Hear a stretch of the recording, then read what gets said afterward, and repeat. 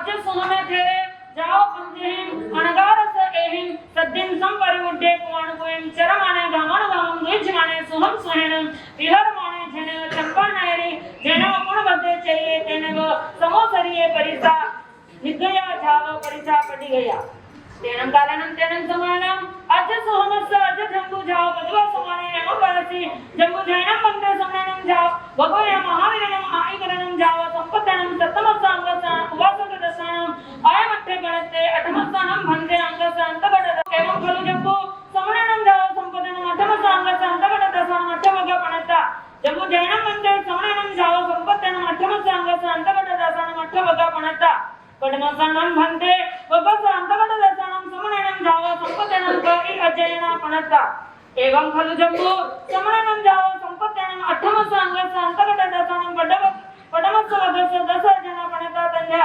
Goyan समुद्र सागर गंभीरे चेव होय तिमिय अयल गंभीले खलु अपूब पासनाई विनहु जैनम बंदे समानम जाओ संपत्तनम अठमसांगस अंतबड दशनम पडमस वदस दश जना पणता तंजा गोयम जाव विनहु पडमसनम बंदे अजयन अंतबड दशनम समानम जाव संपत्तनम देठरे पणते एवं खलु जंबु तेनम कारणम तेनम समानम बारवई नामम नयन होता द्वारस जोयन नायायामा नव जोयन विखिना धन व इमहि निमिया चामेगर पगरा नाना मणि पंचवग कवि शिष्यग परिमंडिया सुरमा अलकापुरी संगासा पमुइय वकिलिया वचकम देवलोक भूया आसाइया दरिसनजा अभिरुवा पडिरुवा तीसरे बारवई नयरिय कहिया उत्तर पुरी दिने दिसिबाय एथनम देवय नामम पवय होता वणो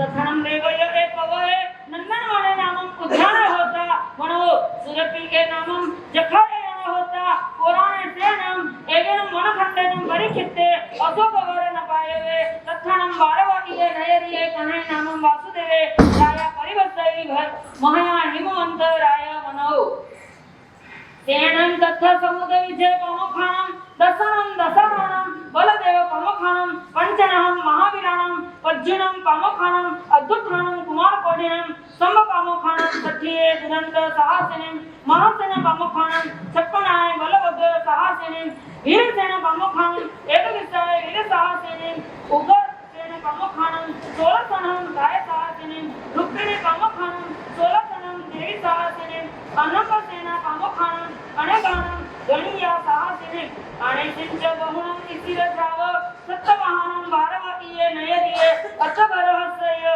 सत्त समत्तस्य य आहेवच्च जाव विहरै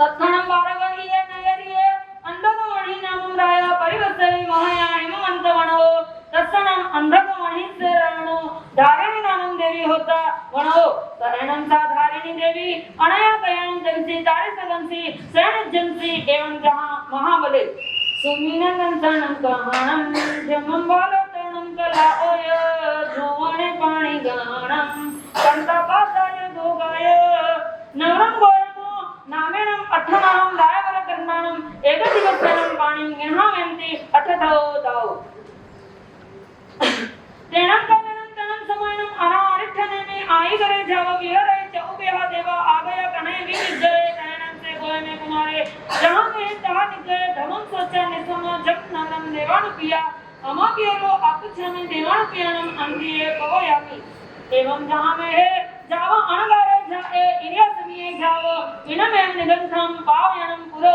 पाहम विहरे तैनम से गोय में अनगारे अनया कयनम अरहो अरिठने मिस तहार मानम ठेरणम अंतिये सामाइय माहिया एकर संगाय अहि चित्ता बहुम चौक जाव अपमान भावनाने विहरे तैनम अरा अरिठने मी अनया कयन बारवती को नयरी को नंदन वणाओ उज्जानाओ पट्टी निखमिता कहिया जन भय विहारम विहरे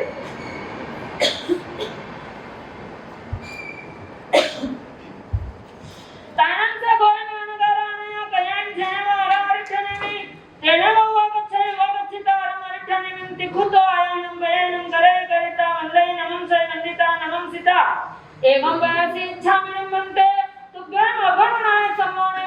वास्यम विपुपरिमं वो संपज्जितानं विहरितके एवं जहाँ खंडो तहाँ बारस विपुपरिमो फासे फासिता गुणरयणं वेत्तवोकमं तहेव फासे निरवशेषं जहाँ खंडो तहाँ चिंते तहाँ अपुचे तहाँ तेरें सद्यं से तुंजम दुरो ही मासी आए संग्रहणाए बारस वरिसाएं परी आए झाव सिद्धे एवं खल्लु समणिनं जाव संपदं अठमस अंगस अंतगतदसानं पडमस वगस पडमस अजयनस यमस्थे गणते 2 से 10 अजयन आहे एवं जहाँ गोयनो तहा से सवी वणि पिया धारिणी माया समुदे सागरे गंभीरे चिनिये अयले कंबिले अखोगे कसने हिनु एक नमा पडमो वगो दस अजना पणदा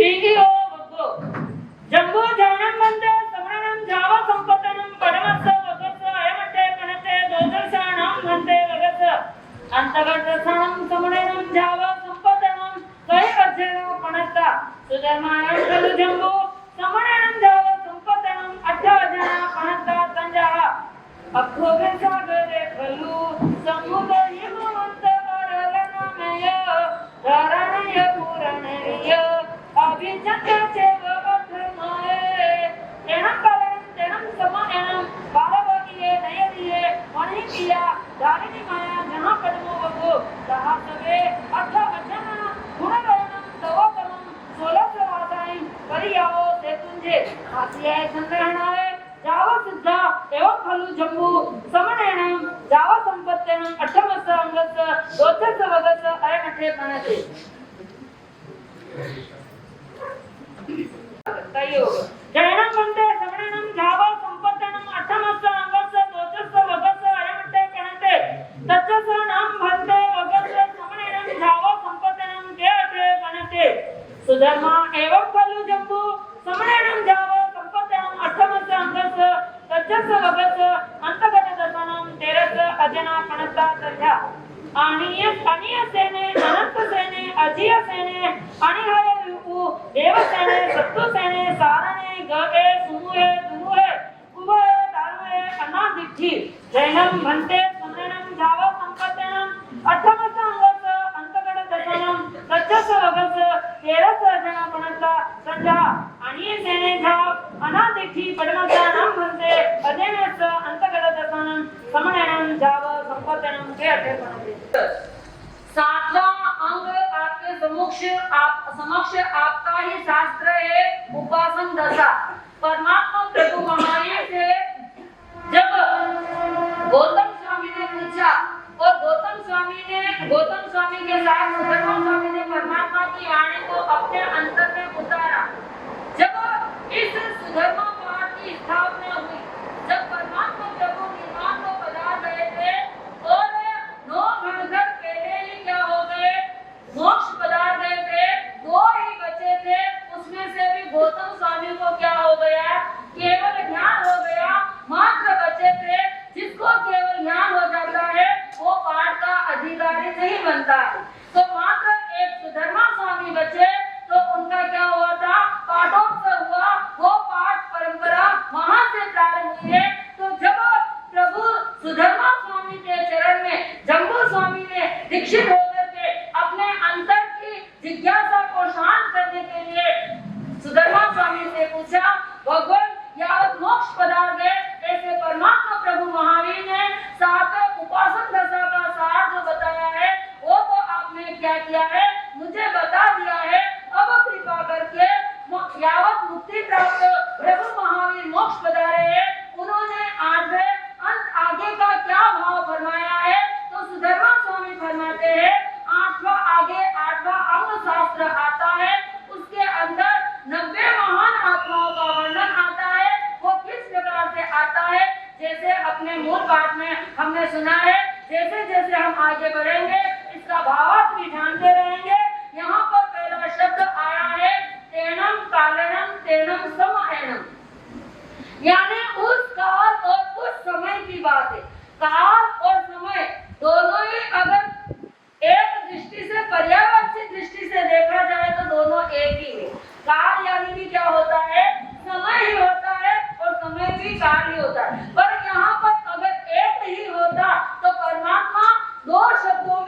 भाषा को क्यों आ करते थे?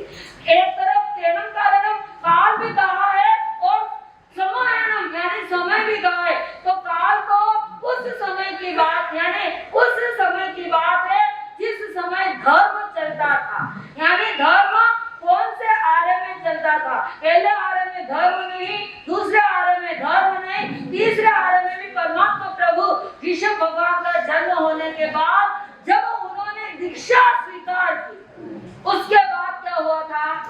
धर्म की स्थापना हुई। यानी चौथे आरे की बात चलती है और चौथे आरे में भी यहाँ पर तो परमात्मा प्रभु महावीर की बात है। तो ऐसे कारण यानी काल और समय एकात्म होते हुए भी उन दोनों की विशेषता अलग अलग है। यह विशेषता यानी दोनों ही समय को सूचक कर रहे हैं। पर यह जब पूर्ण भद्र उद्यान के अंदर प्रभु महावीर पधारे थे, गौतम स्वामी ने प्रश्न की, महावीर ने जिज्ञासा को शांत की, उस समय की बात है। चौथा आरा और समय कौन सा था? पूर्ण भद्र उद्यान के अंदर परमात्मा पधारे तब था। तो इस तरह से यह बात क्या होती है? संतुष्टि होती है। फिर आता है चैयम यानी पूर्ण भद्र नामक का यक्षायतन पुराना एवं बहुत जनों द्वारा पूजित था। यहाँ चैत्य का अर्थ है यक्षायतन। उसके चारों ओर एक बड़ा वर्णनीय उद्यान था। उस उद्यान की कांति दिखती काली नीली हरी शीतल स्निग्ध और तीव्र थी। देखिए उद्यान की भी कितनी बड़ी विशेषता यहाँ पे बताई है। तो चलिए हिंदी चलते हैं कि उस काल उस समय में अर्थात इसी अवसर में काल के चतुर्धारे के अंतिम समय में जब भगवान महावीर विचर रहे थे, चंपा नाम की नगरी थी जो वर्णन करने योग्य है। उस चंपा नगरी के उत्तर पूर्व दिशा भाग में पूर्णभद्र नाम का चैत्य था। वनखंड भी वर्णनीय था। उस चंपा नगरी में कौन रहता था? पौणिक नाम का राजा रहता था जो महाहिमान पर्वत के समान वर्णनीय था। यानी यक्ष चैत्य यानी यक्षायतन, यक्षायतन यानी उस उद्यान का जो मालिक होता है, उस उद्यान का जो रखवाला होता है, उसे क्या कहा है? चैत्य कहा है। और कोणीय नामम राजा यानी पौणिक नाम का राजा महान प्रतापी था, शूरवीर था। यहाँ पर उस राजा की विशेषता हिमवान पर्वत के समान बताई गई है। तो जिस प्रकार से हिमवान पर्वत क्या करता है? भरत क्षेत्र की मर्यादा करने वाला है, उसी प्रकार राजा भी राज्य की क्या करता है? मर्यादा करता है। पर्वत बाहरी उपद्रवों से क्षेत्र की रक्षा करता है, ऐसे राजा भी बाहरी हमलों से क्या करता है? प्रजा की रक्षा करता है। पर्वत में जिस प्रकार अनेक प्रकार की जड़ी बूटियां औषधियां आदि होती है, उसी प्रकार राजा में दया शौर्य गांभीर्य आदि क्या होते हैं? अनेक विशेषताएं होती है। पर्वत जैसे भयंकर तूफानों में भी अचल रहता है, ऐसे राजा भी अपनी नीति और मर्यादा में क्या रहता है? जो राजा नीति और मर्यादा में अचल नहीं रहता है, अपने धर्म में अडिग नहीं रहता है, वो राजा राजा नहीं होता है, मात्र राजनीति के लिए राजगद्दी को क्या करता है? प्राप्त करता है। राजा सारे लक्षण पर्वत जैसे सभी प्राणियों का आधार होता है, ऐसे राजा भी क्या होता है? प्रजा का आधार होता है। यहाँ पर अब बात आती है चंपा नगरी को कैसे बसाया गया। चंपा नगरी का इसके अंदर वर्णन आया है। समय होगा तो अभी भी देख लेते हैं, नहीं तो बाद में भी चलता है। पर यहाँ पर चंपा नगरी जब पौणिक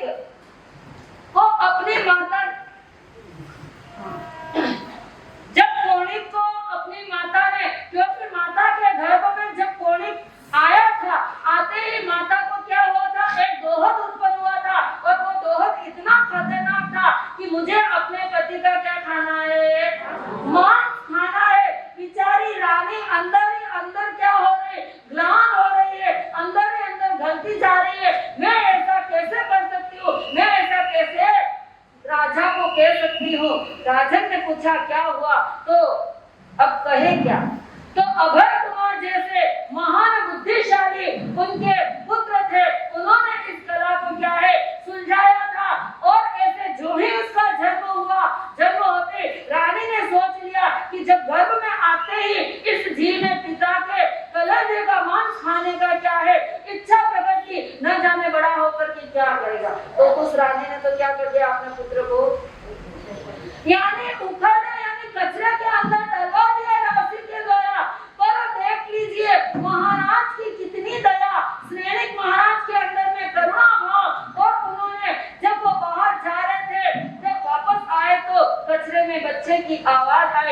अपने नौकर चाकर को बोला, ये कौन बालक यहाँ रो रहा है? कौन सी ऐसी माता अभागी है, कौन सी ऐसी माता अधन्य है जो इतने छोटे बच्चे को ही क्या कर दिया, अपने कलेजे के स्थान में लगाने की जगह तो छे में डाल दिया है। चलो इसको लेकर के आओ, इसका पालन करो। और कहते हैं कि मुर्गी ने उसकी अंगुली को क्या कर दिया, चोंच में ले लिया, काट दिया, पीप बन गया। राजा प्रतिदिन जब भी रोते, प्रतिदिन क्या करते थे, उस अंगुली को चूसते, बाहर डालते, जैसे तैसे बड़ा हुआ। समय के साथ बढ़ते गए, बढ़ने के साथ में न जाने क्या ऐसा पाप का उदय आया था महाराज श्रेणी को, तो उस पौड़िक ने क्या कर दिया, सैनिक को जेल में लगा दिया। और जेल में डालने के बाद इतनी यातनाएं दी, इधर माता इतनी झूरती है, इतनी रोती है और कहती है, हाय रे कैसा पुत्र है। वो तो अपने पुत्र को पहचान रही थी और पुत्र भी माँ को, क्योंकि पालन में कर रही थी ना, कैसा पुत्र है अपने ही पिता को, जिस पिता ने क्या किया है, जीवन भर इसके साथ में रह करके इसके हर सुख सुविधा को, इसके हर रोग को हर तरह से इसके साथ में रह करके इसका इतनी अच्छी तरह से लालन पालन किया है। उसी पुत्र ने क्या कर दिया है, अपने पिता को जेल में डाल दिया। पुत्र जाता है युद्ध के अंदर, सारा युद्ध जीत करके आता है, माता के चरण में वंदन नमस्कार करता है, माता मुंह मोड़ लेती है। तब पुत्र बोलता है, माते क्या तुम्हें प्रसन्नता नहीं है मैं विजय को प्राप्त होकर के आया? कौन सी माता को प्रसन्नता नहीं होती है, अपना पुत्र विजय प्राप्त करता है, अपना पुत्र सफलता प्राप्त करता है, किस माता को प्रसन्नता नहीं होती है? माता ने मुंह मोड़ दिया। तो बोला, नहीं माते आप तो बताइए आखिर बात क्या है, मैं विजय तिलक लगा करके आया हूँ, आशीर्वाद करने के लिए आया हूँ और आपने मुंह मोड़ दिया। माता के आंखों में आंसू की धारा बहने लगी। आज खुशी का दिन है, आज आनंद का दिन है और आप रो रही है, आखिर बात क्या है? अंदर में आपको बड़ी पीड़ा क्या है, सता रही है। तब माता ने कहा, क्या कहूँगी सुनोगे तो तुम स्वयं अपने आप पर विश्वास नहीं कर पाओगे कि जिस पिता ने तुम्हें, मैंने तो क्या कर दिया, तुम्हें कचरे में डाल दिया था। ऐसा दोहद उत्पन्न होने पर मैंने कहा, जब पुत्र गर्भ में आते ही ऐसा करता है, आगे जाकर के क्या करेगा? और उसी पिता ने तुम्हें ला करके तुम्हारा हर दुख दर्द दूर किया है, और आज तुमने क्या किया है? हाय रे, वो मेरे पिता और मैं, उन्होंने मेरे लिए इतना दर्द सहा, इतना दुख झेल करके मुझे बड़ा किया है। हाय रे, मैं कैसा पापी हूँ, इतना विचार करके मैंने उनको कारागृह में डाल दिया है, हथकड़िया बेड़ियों में डाल दिया है। और जो ही सुना, सुनते ही वहां से तुरंत क्या हुआ, मैं पिताजी को मुक्त करा करके आता हूँ। और मुक्त कराने के लिए जो ही कुलाड़ा लेकर के चले, पिताजी ने दूर से देखा है, हाय रे कितना पापी है, कितना निर्लज्ज है, अभी भी इसका मन नहीं भरा है, अभी भी इसका दिल नहीं भरा है, मुझे जेल में डाल दिया है। अब भी क्या करना चाहता, अब तो मुझे क्या करना चाहता है, मैं ऐसे पुत्र के हाथ से मरूं उसके पहले ही। यह समझ का फेर, जब तक दोनों की समझ शक्ति एक साथ नहीं चलती है, जब तक दोनों का विचार विमर्श एक साथ नहीं होता है, तब तक मैं आपके लिए क्या सोचूं और आप मेरे लिए, और उसके अंदर सारा काम क्या हो जाता है, बिगड़ जाता है। चाहे संघ हो, समाज हो, परिवार हो, सब जगह ऐसा ही चलता है। और ऐसा चलता है, वहाँ पर क्या होता है, कोई न कोई नुकसान तो होता ही होता है, किसी न किसी की क्षति तो हमें भुगतनी ही पड़ती है।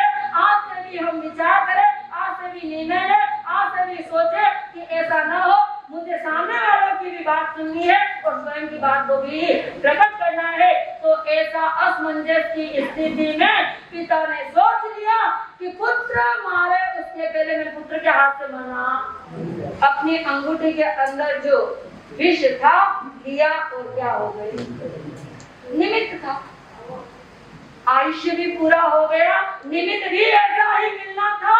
तो तो अब पुत्र के तो हाथ पैर ऐसे गंगायान हो गए, नीचे धरती नहीं, ऊपर आकाश नहीं, ऐसे असमंजस में अध जल के अंदर यानी बीच के अंदर लटक गया। कौन सी स्थिति पर लाकर के मुझे खड़ा कर दिया, कौन सी परिस्थिति ने लाकर के मुझे यहाँ पर खड़ा कर दिया। हाय रे मैं कैसा अभागा हूँ। अब न तो राज्य काज में उसका मन लगता है, न उसके मित्रों के साथ बोलने की बात होती है, न परिवार वालों के साथ बोलने की बात होती है। इस तरह से बहुत दीन व्यक्ति हो गए। आखिर मंत्री ने और उनके जो भी इर्द गिर्द रहने वाले साथी थे, उन्होंने बहुत कुछ समझाया। इस तरह से राज्य चलता, जो होना था तो हो गया है, अब पुनः लौट करके आने वाला नहीं है। और तुम इस जगह पर रहोगे तो कभी भी शांत से नहीं रह पाओगे। ऐसा विचार करके अन्यत्र कहीं गए। वहां पर चंपा नाम का वृक्ष था, उस वृक्ष के नीचे बैठे थे। वहीं पर उन्हें धन मुद्रा आदि मिली और वहीं पर नगरी बसा ली। और उस वृक्ष का नाम चंपा था। तो उस चंपा वृक्ष के नाम से ये चंपा नगरी का क्या हुआ था, चंपा नगरी का निर्माण हुआ था। उस साल उस समय में अर्थात इस काल के चतुर्थ आर्य के अंतिम समय में स्थित आर्य सिद्धांतों में 500 साधुओं के परिवार सहित पूर्व परंपरा के अनुसार विचरते हुए तथा एक ग्राम से दूसरे ग्राम में सुखपूर्वक विहार करते हुए उस चंपा नदी के पूर्णभद्र नामक उद्यान में पधारे।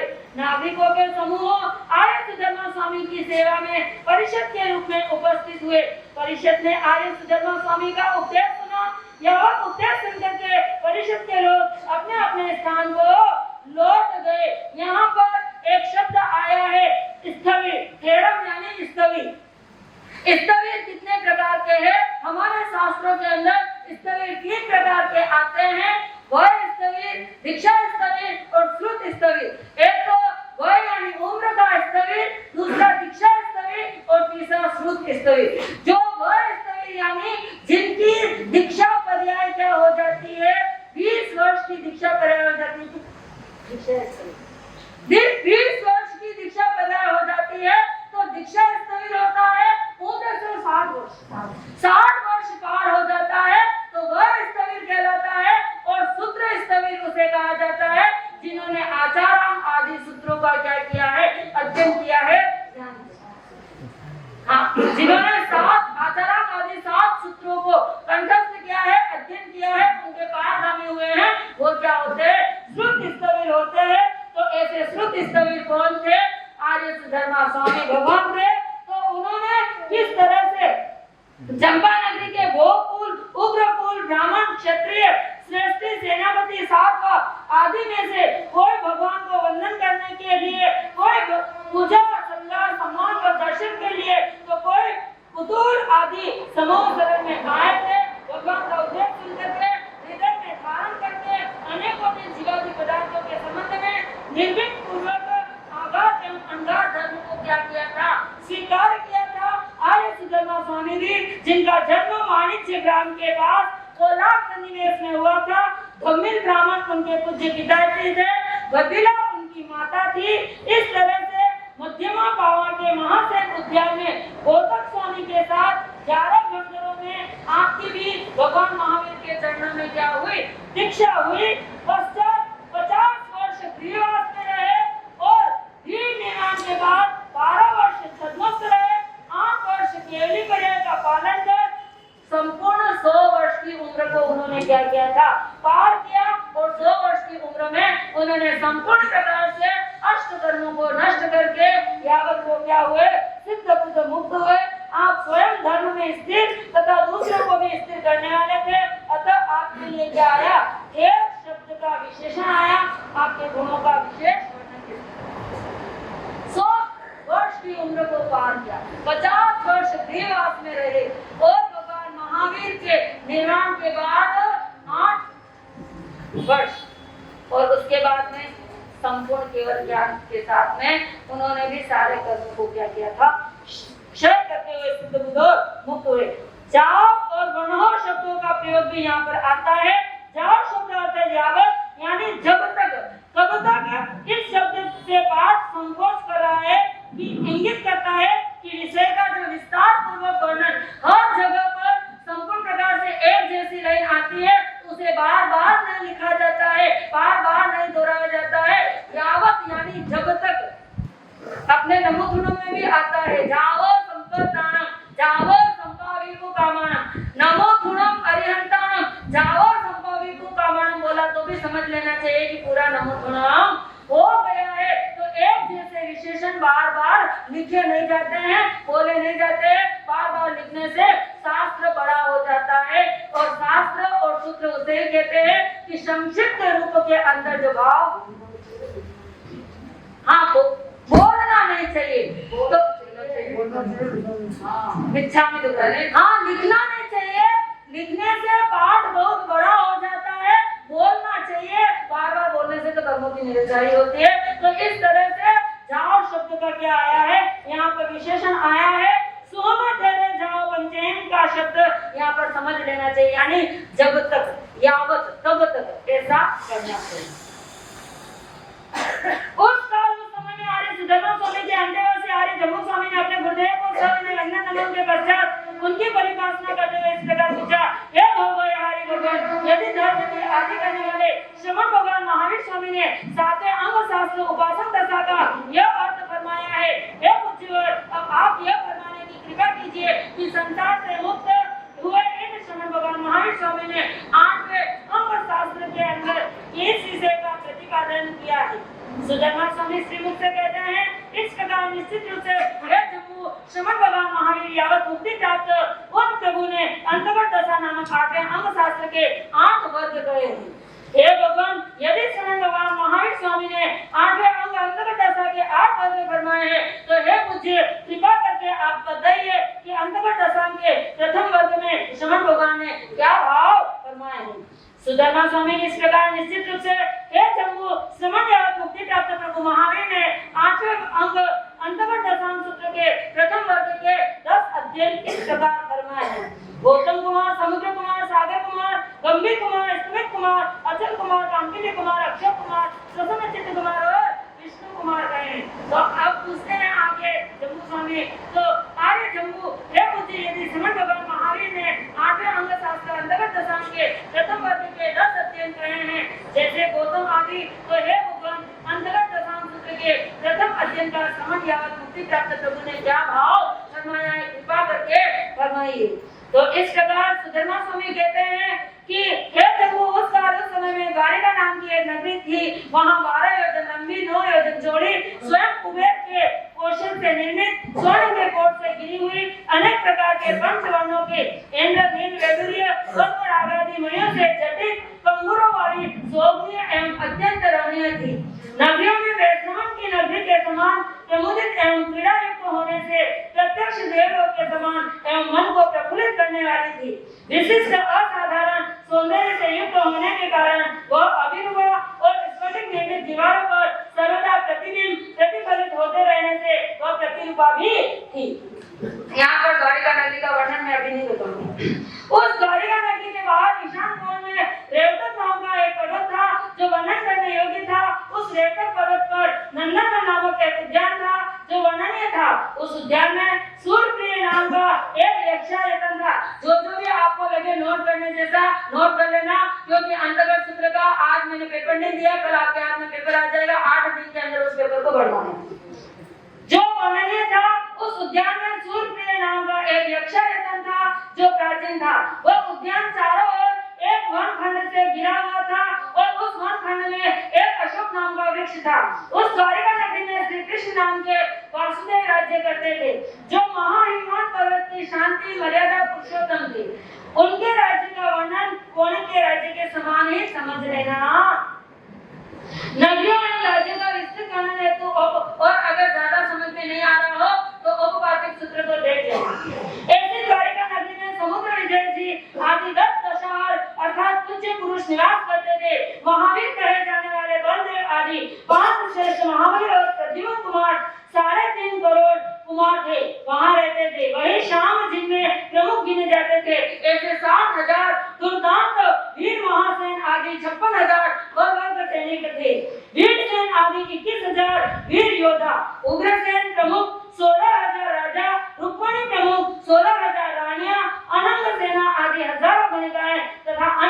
से ईश्वर पदधारी नागरिकों से लेकर के अनेक साधुवाह भी उस नगरी के निवासी थे।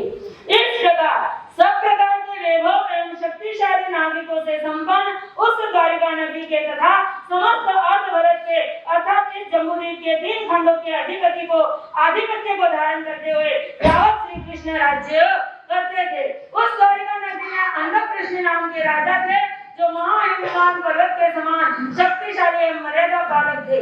उनकी धानी नाम की रानी थी जो वर्णन करने योग्य थी। वह धानी रानी किसी दिन पुण्यशाली शैया के ऊपर सोई हुई थी जिसका वर्णन महाबल के समान समझ लेना चाहिए। और जैसे कि उस धानी रानी का सिंह स्वप्न देखना, पति को निवेदन करना, बालक का जन्म, उसका बाल्यकाल, कलाचार्य के पास शिक्षण, युवा अवस्था में को प्राप्त होना, योग्य कन्याओं के साथ पानी ग्रहण करवाना, रमणीय प्रासाद में रहना एवं सांसारिक भोगों को भोगना इत्यादि सारा वर्णन क्या है उस महाबल के समान समझना चाहिए।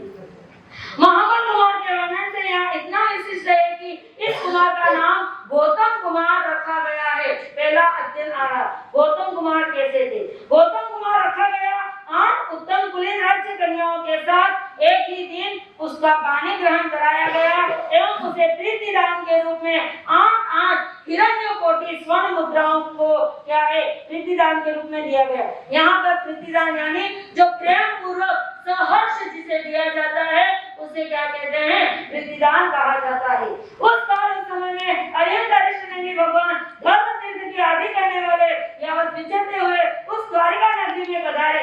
भगवान के समावसर में 4 प्रकार के देव आए हैं, भगवनपति, वाणिमंत्र, ज्योतिषी और वैमानिक। श्री कृष्ण भी उन्हें वंदन करने निकले। गौतम कुमार भी ज्ञाता सूत्र के में वर्णित नए कुमार की तरह प्रभु का धर्मोपदेश सुनकर के एवं उसे अपने हृदय के अंदर अंकित करके प्रभु से बोले, हे प्रभु, मैं अपने माता पिता को पूछकर आपके समक्ष देवानुप्रिय के पास श्रवण दीक्षा क्या करना चाहता हूँ, अंगीकार करना चाहता हूँ। इस प्रकार ज्ञाता सूत्र में वर्णित नए कुमार के समान यावत गौतम कुमार भी श्रवण धर्म में दीक्षित हो गए। वे इलिया समिति आदि गुणों का पालन करते हुए वीतराग जिनेश्वर की वाणी को आगे रखकर भगवान की आज्ञा का पालन करते हुए चलने लगे थे। तदंतर गौतम ने अन्य किसी दिन अरिहंत भगवान के गुण संपन्न यथार्थ शरीरों के पास सामयिक आदि ज्ञानांगों का अध्ययन किया। अध्ययन करके बहुत से उपवास आदि तपस्चरण द्वारा अपने आत्मा को भावित करते हुए एवं उनकी शुद्धि करते हुए वे ब्रह्मानुग्रह विहार करने लगे। तत्पश्चात अरिहंत भगवान अन्य किसी दिन उस द्वारिका नगरी के नंदनवन नामक उद्यान से प्रस्थान कर बाहर जनपद में विचरने लगे। इसके बाद गौतम अन्य किसी दिन जहाँ अरिहंत भगवान विराजमान थे वहाँ आए। वहाँ आकर के उन्होंने अरिहंत भगवान को 3 बार दक्षिण की तरफ से प्रदक्षिणा की। प्रदक्षिणा करके वंदन नमस्कार किया। वंदन नमस्कार करके वे प्रभु से इस प्रकार बोले, हे भगवान, मैं चाहता हूँ कि आपकी आज्ञा प्राप्त करके मैं मासिक भिक्षु की क्या करना चाहता हूँ, प्रतिमा को अंगीकार करना चाहता हूँ।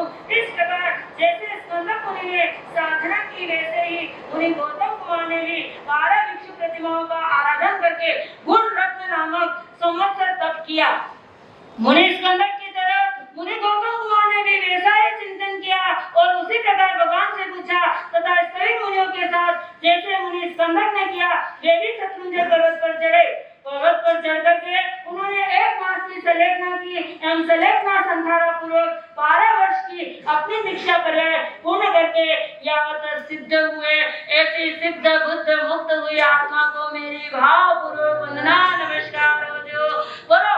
ऐसी सिद्ध बुद्ध मुक्त हुई आत्मा को मेरी भाव पूर्वक वंदना नमस्कार हो जो। अब देखिए उनकी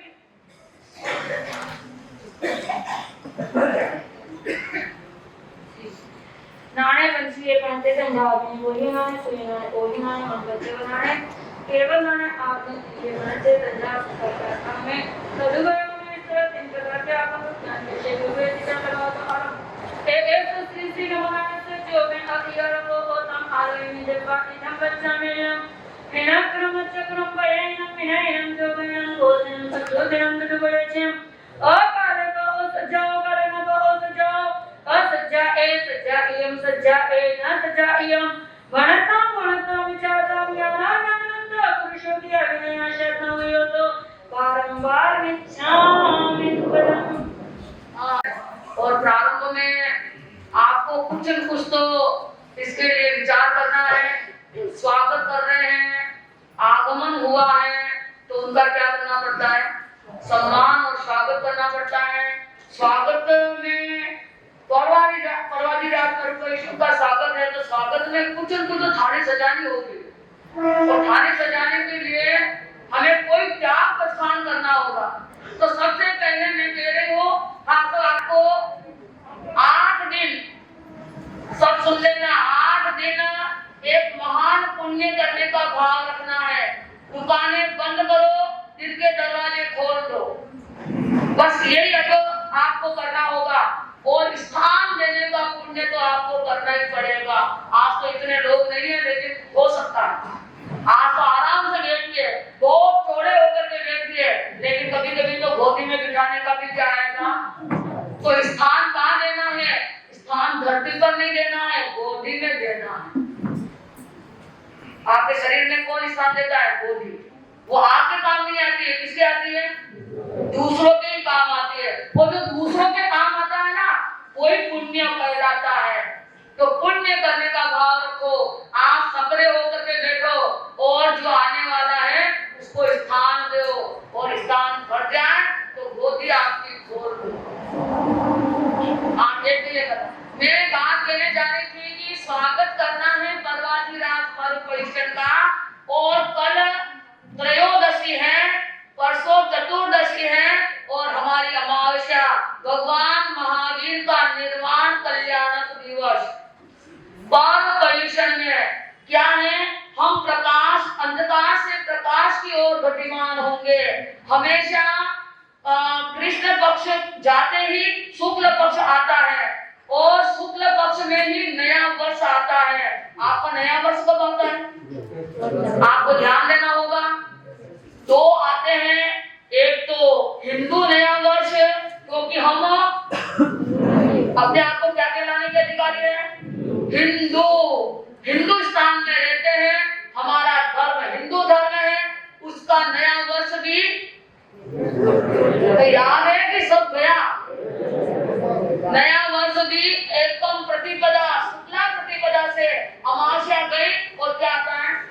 लेकिन हम जब हिंदू में भी हम एक नए विभाग का जन्म करते हैं तो वो होता है हमारा जैन धर्म। वो भी कहाँ से प्रारंभ हुआ? उसका भी नया वर्ष कार्तिक शुक्ला प्रतिपदा से नया वर्ष प्रारंभ होता है। जैसे भगवान मोक्ष में पधार गए और उसके अगले दिन से हमारा क्या होता है? तो शुक्ल पक्ष से हो रहा है ना। तो तुम अंधेरे में कैसे कर रहे हो? अंधेरे में रहना। और हमारे ये परवादी रात कॉर्पोरेशन भी प्रारंभ भले अंधेरे से हो रहे हैं पर पूरे कब हो रहे हैं? तो अपनी गति भी, हमारी गति भी प्रारंभ भले अंधेरे से हो, आंखें बंद करके प्रारंभ करें, लेकिन पूरा करें तो आंखें खोल करके करें, दिल खोल करके करें, दरवाजे खोल करके करें। तो इस तरह से आपको परवादी रात पर्व परिषद का सम्मान करना है। तो हमारे भगवान महावीर का बेला, क्योंकि सबसे छोटा तब भगवान ने क्या किया था? बेला किया था। इतने दिन आपने कुछ नहीं किया तो हम उसके लिए आपको माफ कर देते हैं, लेकिन अब करवाने की अपेक्षा रखते हैं। अब मैं नहीं कर सकती हूँ, आपसे कराने की इच्छा रखती हूँ। आप सब थाली के अंदर क्या सजाएं? जमी कंद नहीं खाएं, कंदमूल नहीं खाएं, रात्रि भोजन नहीं, पानी भी तो एक बहुत बड़ी थाली सजेगी। और आप स्नान नहीं करें, कपड़े नहीं धोएं और घर में पोछा नहीं लगवाएं, किसी और से आप लगाओ, आपकी इच्छा। इन 8 दिनों में नौकरानी को, नौकर को भी अभय दान दो कि बस वाह तेरा काम हो गया।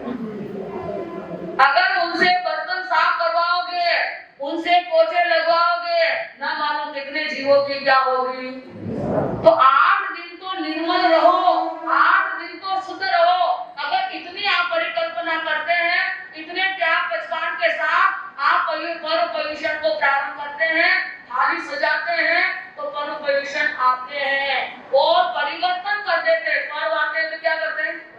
जीवन का परिवर्तन कर देते हैं और जीवन में नया पूजा अध्याय प्रारंभ कर देते हैं। तो ऐसे कर्म परिवर्तन का प्रारंभ हो रहा है। आपको ऐसी अच्छी थाली सजानी है और वो थाली पूरी कब होगी? भगवान का बेला पचकान कल है शाम को 6 बजे इस मेवाड़ संघ के नेतृत्व में इस मेवाड़ भवन में, आपका भवन घर का तो है लेकिन सबसे अच्छा भवन हमारा जीवन का अध्याय, नया अध्याय प्रारंभ इस मेवाड़ भवन में होगा।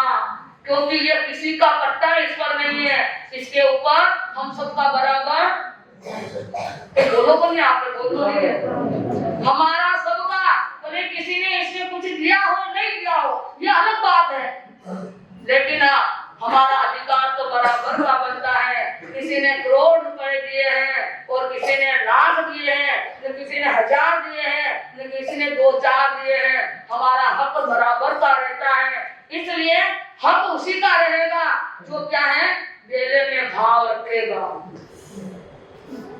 और ये बेले तो भगवान महावीर के हैं, लेकिन हमारे 24 तीर्थंकर भगवान महान कल्याण पुरुष हुए हैं। अगर आप अपने आप को कल्याण के पथ पर ले जाना चाहते हैं तो उनके कल्याण तक का तेला, मैं नहीं कहूँ कि आप बेला भी करें तेला भी करें, आप बेला करें तेला भी करें, इच्छा हो तो, नहीं करे तो कोई बात नहीं, लेकिन मुझे कल्याण तक का तेला भी चाहिए। उसके बाद आप नहीं आइए तो कोई बात नहीं, इतना कर जाएगा तो भी हमें याद रहेंगे आप। तो हमारा कहना है समश्री का तेला और प्रभु कल्याण का तेला, ठीक है ना? आपकी थाली पूरी हो जाएगी, परिश्रम आपके लिए कल्याणकारी, मंगलकारी, आनंददायक हो जाएंगे। आनंद के साथ आपका व्यवहार चलेगा। अंतगत दशा सूत्र का पहला वर्ग का पहला अध्याय हो गया ना? अभी आपको कल के लिए जो डिटेल आया ना, आए आजकल की चिट्ठी कोई आई? एक चिट्ठी आई? अच्छा गलत नहीं, चलो। कल का प्रश्न हमने दिया था, जो भी यहाँ आए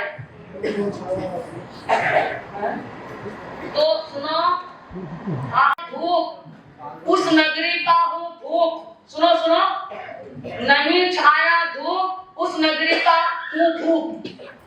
समझ में आ गया क्या? हाँ, कोई प्रश्न लिखा, उत्तर क्या सही है ना? उत्तर सही है क्या? नहीं है, कोई भी उत्तर सही नहीं है। तो सुनो, आप में से है क्या? तो देव जल्दी से देव लिखो।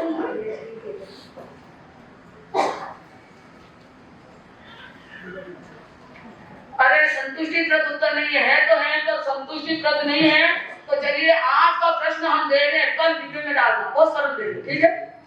देव क्या? हाँ, आगे रोज बोलते हैं, रोज प्रतिक्रमण में बोलते हैं, और प्रतिक्रमण में हमारे पचकानों का क्या होता है? नष्ट होता है। पचकान का ही प्रारंभ प्रतिक्रमण है। तो इस तरह से प्रतिक्रमण में आता है, रोज करोगे आप, और रोज करते ही हैं, एक जगह आता नहीं, आता है आवे नहीं भवकूप, ऐसा रोज आता है ना, सरल है। चलो इसके विषय में आप लिख के लाना कि आवे नहीं भवकूप क्या है। कल का प्रश्न याद आकर के डिब्बे में डालना है, भाई इधर बहने इधर, आगे नहीं भवकूप। अरे आता है ना, प्रतिक्रमण में है, रोज बोलते हो ना, फिर क्या? और कल का जो प्रश्न है उसका उत्तर बताओ, मैं बताऊं? नहीं, इधर से हम बताएं। सुनो सुनो, पहले मैं बता देती हूँ। नहीं छाया धूप उस नगरी का हूँ धूप। चलो कौन बताएगा? कोई बताए तो बोल दो जल्दी से। आप बता रहे हो? हाँ बोलो। राजा। नहीं, बोलो। कोई है? जिम्मेदार कोई है? चलो कोई नहीं है तो ठीक, इनाम उसके लिए, नहीं है तो इनाम मेरे लिए। हाँ बोलो। हाँ, पर मेरे को कौन चाहिए? खूब चाहिए, खूब। हाँ चलो, देव साहब सही है। उस नगरी का हूँ धूप, नहीं छाया धूप। सिद्ध भगवान देखो। अच्छा है, धन्यवाद। अब आगे का दो, आज की बात हो गई, अब हमारी दुनिया बोलेगी, कुछ भी उनके भाव है तो बात करेंगे। सत्य के श्रृंगार, वाणी के वितराग, क्षमा भगवान महावीर स्वामी के चरण में कोटि नमन। गुरु अमरेश एवं गुरु मैया प्रेम के चरणों में सत सत नमन। अत्र से विजिता गुरु मैया के पावन शब्दों में सत सत वंदन अभिनंदन।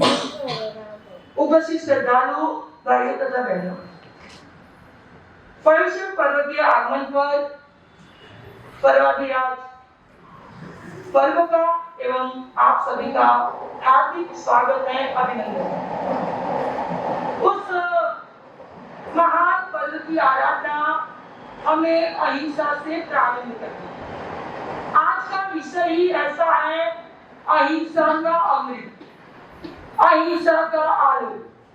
तो हमें इस आलोक को कैसे प्रकट करना, तो उसके लिए हमें कुछ सामग्री इकट्ठी करनी होगी। तो पहले सामग्री है कि अहिंसा के 4 वरदान। तो पहला वरदान हमें क्या संदेशा दे रहा है कि पहले का वरदान है सद्भावना। हमें सबके प्रति एक जैसी सद्भावना रखनी। मेरा हो पराया हो ऐसा कोई भाव मुझे नहीं आता, बस मेरे मन में सद्भावना विकसित होनी चाहिए। दूसरा वरदान आ रहा है सेवा। कोई भी व्यक्ति हो उसके लिए मुझे हर दम तैयार रहना। पर आज हमारी अंदर सेवा का जो भाव है वो बहुत कम होता है। तीसरी बात आ रही है सहानुभूति। मुझे लगी हो तो मुझे कैसी सहानुभूति है, और मेरे बच्चों को लग जाए, मेरे बेटे को, तो मेरी सहानुभूति क्या होगी, और कोई दूसरे को लग जाए तो मेरे भाव कैसे परिवर्तन होगा। तो हमारे अंदर सहानुभूति एक जैसी पीड़ा होगी। और चौथा वरदान है हृदय में पवित्रता, कि मुझे सबके प्रति एक जैसे पवित्र भाव आए। तो ये तो हमारे वरदान हो गए, और उसके साथ वरदान के साथ हमें श्राप को भी समझना कि अहिंसा और हिंसा हमें क्या श्राप देने वाली है। तो 4 श्राप भी हैं कि अहिंसा का पहला अभिशाप है भय। हम जब भी हिंसा करेंगे तो हमें हरदम भय लगता है कि इसका परिणाम क्या आएगा। दूसरा आता है आशंका। हम ये चीज करते हैं तो हमें किसके प्रति क्या आशंका रहती है, शंका रहती है। तीसरा आ रहा है असुरक्षा। जो मैं हिंसा करता हूँ तो मैं हर समय असुरक्षा में रहता हूँ। और चौथा है पीड़ा। हर समय मैं ये कुछ भी कार्य करूँ उसकी पीड़ा, उसका दर्द मुझे होना चाहिए कि इसका परिणाम आगे मुझे क्या भुगतना। पर आज हम पाप कार्य करते जा रहे हैं, हिंसा करते जा रहे हैं, पर उसका परिणाम क्या आएगा उसका हमें अंदाजा भी नहीं। तो हमें द्रव्य हिंसा और भाव हिंसा को समझना है कि द्रव्य हिंसा क्या है और भाव हिंसा। तो एक छोटा सा उदाहरण है कि 5 व्यक्ति कुछ सोच लेते हैं कि मुझे एक व्यक्ति को चाहता मारना, क्या करना है। तो पहले व्यक्ति ने आदिवासी को भी देखा, उसको क्या लगा दिया, चाटा। दूसरा व्यक्ति था मित्र, उसने जो मेजर ऑफिसर होता है उसको क्या लगा दिया, चाटा। तीसरा चाटा किसको लगेगा, आपको। हमें चाटा खाना अच्छा नहीं लगता है, तो तीसरा चाटा मुख्यमंत्री को लगा सकते हो, ताकत नहीं हमारे में। और चौथा चाटा है प्रधानमंत्री, और 5वां चाटा है राष्ट्रपति। कितने हो गए। और हमें भी हर समय चाटे खाने ही पड़ेंगे कि हम कार्य वैसे ही कितनी बार कह के थक गए, पर हम बदलने वाले नहीं है। उसी बात को लेके द्रव्य चाटा जो आदिवासी को मारने के समान। अब द्रव्य चाटा, द्रव्य क्या है, एक केंद्रीय जीव की हिंसा संसारी लोगों को करनी ही पड़ती। एक केंद्रीय से संसारी लोग बच, अब एक केंद्रीय जीव है क्या? पृथ्वी, पानी, अग्नि, वायु, वनस्पति, उसकी हिंसा हम हर समय संसारी लोग, तो वो चाटा आदिवासी को मारने की तरह है। उसको चाटा मारेंगे तो क्या सजा मिलेगी? क्या मिलेगी? आदिवासी को चाटा मारने को थोड़ा बोल देंगे भाई ऐसा आपको। उसके बाद एक मेजर को, मेजर ऑफिसर होता है, उसको मारेंगे तो 5 दिन जेल की सजा। मैंने जो ऑफिसर है जो हमारी रक्षा करके हमें आज सुरक्षित रख रहा है। अब तीसरा चाटा किसको? मुख्यमंत्री को, उसको चाटा मारेंगे तो और उससे थोड़ी महीने की सजा। उसके आगे बढ़ेंगे तो तो कितनी होगी? राष्ट्रपति को मानेंगे तो मतलब सजा बढ़ती बढ़ती बढ़ती और राष्ट्रपति में क्या हो जाएगी? तो जो द्रव्य हिंसा है वो आदिवासी को मारने के समान जो हम संसारी लोग करते हैं। हर समय चाटा जो एक केंद्रीय जीव को हम लगाते हैं, सब कुछ मर्यादा में आ जाना है कि मुझे आज 2 सब्जी या कुछ पानी की मर्यादा में मुझे एक पार्टी से आगे ज्यादा उपयोग, तो हमें एक चाटे कम पड़ेगी। और उसके आगे आती है भाव हिंसा। उसका क्या है? जो वेद से लेकर पंचेंद्रिय तक की हिंसा, और वो संसारी लोगों में भी हो रही है। कभी कभी हमारी असावधानी के कारण या कुछ ध्यान नहीं रहता है तो हम जो अनाज पड़ा है उसमें लटे होती है। आगे बढ़कर वो फूंदे, कोई ड्राई फ्रूट होता है उसमें भी जो चीजें लग जाती है, चीजें तो उसकी बात। आगे जाके पंचेंद्रिय जीव की हिंसा भी हमारे से कभी कभी खिड़कियों का ध्यान नहीं रहता है तो उससे क्या होती है? चिपकती है। और कभी कभी हम मारने के लिए, कॉकरोच को मारने के लिए क्या रखते हैं? रखते हो ना? और कभी कभी मच्छर को मारने के लिए, पर हमें वो पता ही नहीं कौन सा जीव है और हम कौन से जीव की हिंसा करें। तो हमें हर समय सुरक्षा में रहना है और हिंसा से बचना है, तो ही हम अहिंसा का पालन कर सकते हैं। अब गुरु मियां आपको उस अहिंसा के बारे में कैसे समझाते हैं और आगे हम कैसे समझते हैं और उस अहिंसा से कैसे बचेंगे, हिंसा से कैसे बचेंगे और अहिंसा का पालन कैसे करेंगे, सुनने से पता चलेगा। मुझे गुरु मियां पता है नामी जय गुरु में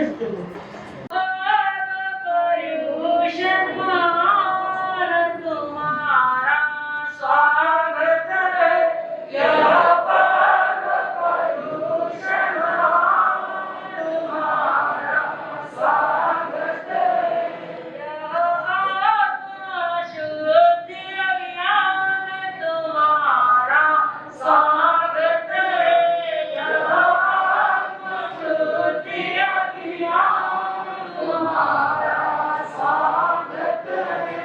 अंतर मन को हरने वाला, अंतर मन को हरने वाला, घट घट में करता उजियाला, घट घट में करता उजियाला, यहाँ अमृत अनुसंधान तुम्हारा स्वागत है, यहाँ अमृत अनुसंधान तुम्हारा स्वागत है, यहाँ पाद परुषण तुम्हारा स्वागत है। जन शांति समता का लाया, जन शांति समता का लाया, कई दुखों को मिटाने आया, कई दुखों को मिटाने आया, जय मानवता का गान तुम्हारा स्वागत है, जय मानवता का गान तुम्हारा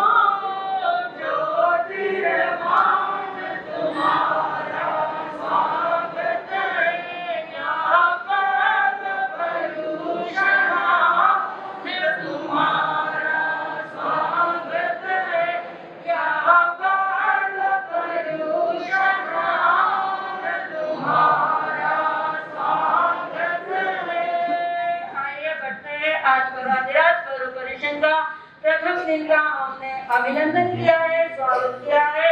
हमारी आत्मा में भी किस तरह से यह ऐसे महान गंगा की प्रकाश गंगा का यह महान नीर कैसे प्रवाहित होता है। हम सुन रहे थे किस तरह से परमपिता परमात्मा के शासन के अंदर आर्य सदमा स्वामी के यहाँ पर कैसे कैसे ऐसे महान जिज्ञासुओं ने अपने जिज्ञासा को शांत की है। उस जिज्ञासा को सुन करके अनेक भव्य आत्माओं ने भी अपना कल्याण कैसे किया है। अंत भर सूत्र को हमने सुना है, जिन्होंने अंतिम कृत्य करते हुए अपनी दशा को सुधार दिया है। ऐसा अंतगत दशा सूत्र जो संक्षिप्त रूप में अपने भावों को समझ करके उठे पड़े और पहुंच गए हैं। ऐसा आज प्रथम दिवस बहुत सुंदर दिवस आपके समक्ष प्रस्तुत हुआ है। अहिंसा का अमृत या अहिंसा का आलोक, ऐसा अहिंसा का अमृत और अहिंसा का आलोक हमारे समक्ष आया है। और अहिंसा कहाँ कहाँ पर है, चलिए बढ़ते हैं कि पहली प्रथम दिवस जो एक को दर्शाता है, एक को समझ लेता है, वो सभी को समझ खाता है, सभी के ऊपर अपनी क्या लगा देता है, विजय की छाप लगा देता है। एक क्या है, अपनी आत्मा क्या है, एकम जाने सो सबम जाने। जो एक को जान लेता है वो सभी को जान लेता है। तो परमाधिराज स्वरूप कृष्ण का प्रथम दिवस भी हमें यही संकेत कर रहा है। और एक को जानने के लिए सबसे पहले अहिंसा का आचरण हमें क्या करना पड़ेगा, स्वीकार करना पड़ेगा। परमात्मा ने कितना अच्छा हमें संदेश दिया है कि साधु के लिए भी पहला महाव्रत अहिंसा का है, श्रावक के लिए भी पहला व्रत अहिंसा का है।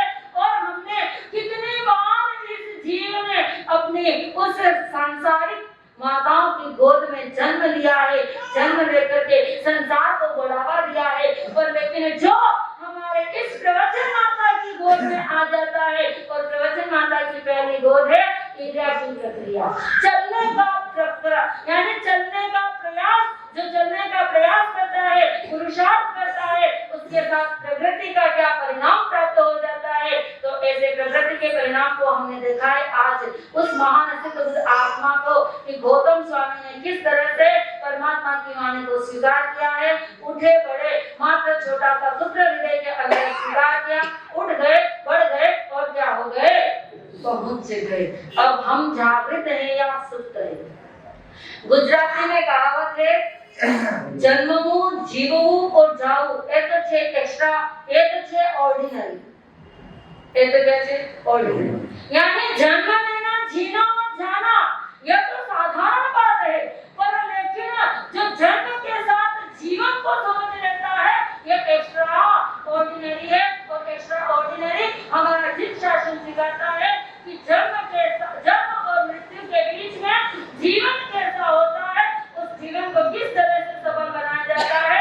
अहिंसा के साथ जुड़ते हैं तो हमारा जीवन क्या होता है, सफल होता है। और अहिंसा का अमृत कैसा है, इसके अंदर अहिंसा और हिंसा, इसके अंदर भी चार भांगे बताए हैं। द्रव्य से हिंसा और भाव से हिंसा, द्रव्य से हिंसा, भाव से अहिंसा, द्रव्य से अहिंसा, भाव से हिंसा। और द्रव्य और भाव दोनों से क्या है, अहिंसा। यानी सबसे पहला पहलू आपके समक्ष उपस्थित होता है कि द्रव्य से हिंसा और भाव से अहिंसा ऐसे होते हैं। हमारे साधु मुनिराज, आचार्य, उपाध्याय आदि जो साधु की श्रेणी में आते हैं वो सभी क्या होते हैं, वो द्रव्य से हिंसा, तो यानी द्रव्य से हिंसा नहीं करते हैं, द्रव्य से हिंसा होती है पर भाव से तो अहिंसात्मक। क्योंकि जीवन चलाने के लिए हमारा जीवन इस छह काय के ऊपर टिका हुआ है, पृथ्वी का, आकाश का, वायु का, यानी एक जीवों के बिना तो हमारा जीवन है ही नहीं। चाहे वो आपके लिए हो, हमारे हो, किसी के निमित्त से हो तो होता है, लेकिन भाव से साधु के अंदर हिंसा का भाव नहीं होता है। दूसरा पहलू आता है द्रव्य और भाव से क्या है, यानी द्रव्य और भाव से हिंसा। पहला आया द्रव्य से हिंसा और भाव से अहिंसा साधु का। दूसरा आता है द्रव्य से अहिंसा, भाव से हिंसा। यह आता है प्रसन्न चंद्र राजर्षि का। उन्होंने अपने उस ध्यान के अंदर स्वयं को अपने राज्य की ओर